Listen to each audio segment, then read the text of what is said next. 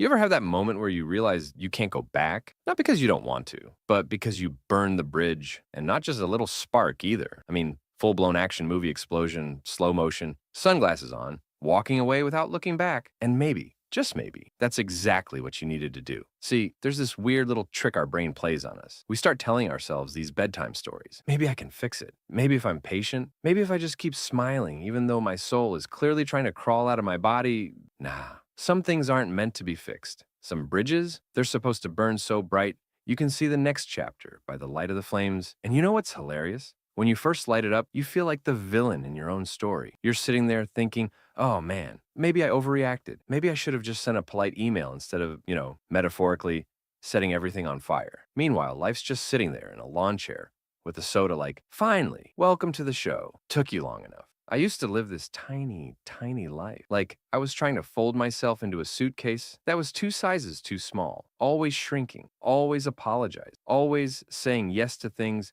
that made my stomach hurt. You know that moment when you agree to something and immediately feel like you betrayed yourself? Oh, I was an Olympic gold medalist in that. And for the longest time, that was my normal. That was home. It was comfortable, but comfort can be a trap, my friend. It's like sitting in a jacuzzi that's slowly being turned up to boil. And you're sitting there like, this is fine. I love being soup. Then one day, something snaps. You wake up, you look around, you realize the life you built to survive isn't the life you want to live. It's not even close. And suddenly, the bridge you thought you needed to survive, you realize it's the very thing keeping you stuck. So what do? You don't tiptoe out. You don't write a polite resignation letter to your own fears. You grab the nearest metaphorical match, and you torch that bridge like a boss. And let me be real. It's terrifying. It's disorienting. It's lonely as hell sometimes. I remember sitting alone in my tiny little apartment, lights off, pizza box on the floor, half-eaten granola bar on the counter, looking around like, wow. So this is what winning feels like, huh? Glamorous. No backup plan. No trust fund. Just me. My fear. And a tiny little whisper in my gut that said, keep going. That whisper, it's everything. That's your real compass. You can't tiptoe into a new life. You can't sneak in through the back door, hoping nobody notices. New life doesn't send you a formal invitation and a nice map. You gotta run straight at it. You gotta jump, stumble, belly flop if you have to. You gotta fall flat on your face sometimes and laugh about it later. It's messy, it's awkward. You will absolutely look ridiculous. Like a baby deer learning how to walk, legs wobbling, eyes wide, heart pounding. Some days you'll feel like you've got it all together, chest out, music playing, walking down the street like you're in a movie. And other days, you'll be sitting on the bathroom floor, eating stale Oreos for breakfast at 2 p.m., Googling, is it too late to become a lighthouse keeper? Real life, my friend. Real change is hilarious and tragic and beautiful all at once. And there will be days, dark days, where you're 99% sure you've ruined your life beyond repair. You'll stare at the ceiling, wondering if you should have just stayed quiet, stayed small, stayed safe. You'll play the what if game until 3 a.m. What if I stayed? What if I tried harder? What if I never get another chance? And right when you think it's over, right when you're about to tap out, something tiny, something impossibly small, cracks open inside you. Maybe it's a stupid meme that makes you snort laugh when you haven't laughed in weeks. Maybe it's a text from a friend you forgot you even had. Maybe it's just you waking up one morning, realizing you don't feel as tired as you used to. And it hits you. Maybe you're not broken. Maybe you're just healing. Slowly, quietly, on your own weird, wonderful timeline. You start noticing it, little by little. You're not dragging yourself through the day like you used to. You're not swallowing your words just to keep the peace. You're not clinging so tightly to people who made you feel like you had to earn their love. You start meeting new faces, new laughs. You have a random day that just feels light. You look around and realize this isn't survival anymore. This is life. Your life. Built brick by messy, tear-soaked brick. And let's be real. You're going to lose some people along the way. Oh, it's inevitable. Some folks only loved the version of you that was easy to manage, the version that bent until you almost snapped, the version that dimmed your own light because it made them feel more comfortable. And when you stop playing small, when you start glowing a little brighter, oh, they're gonna squint. They're gonna gossip. They're gonna say you've changed. Like that's some kind of crime, and yeah, it's gonna sting.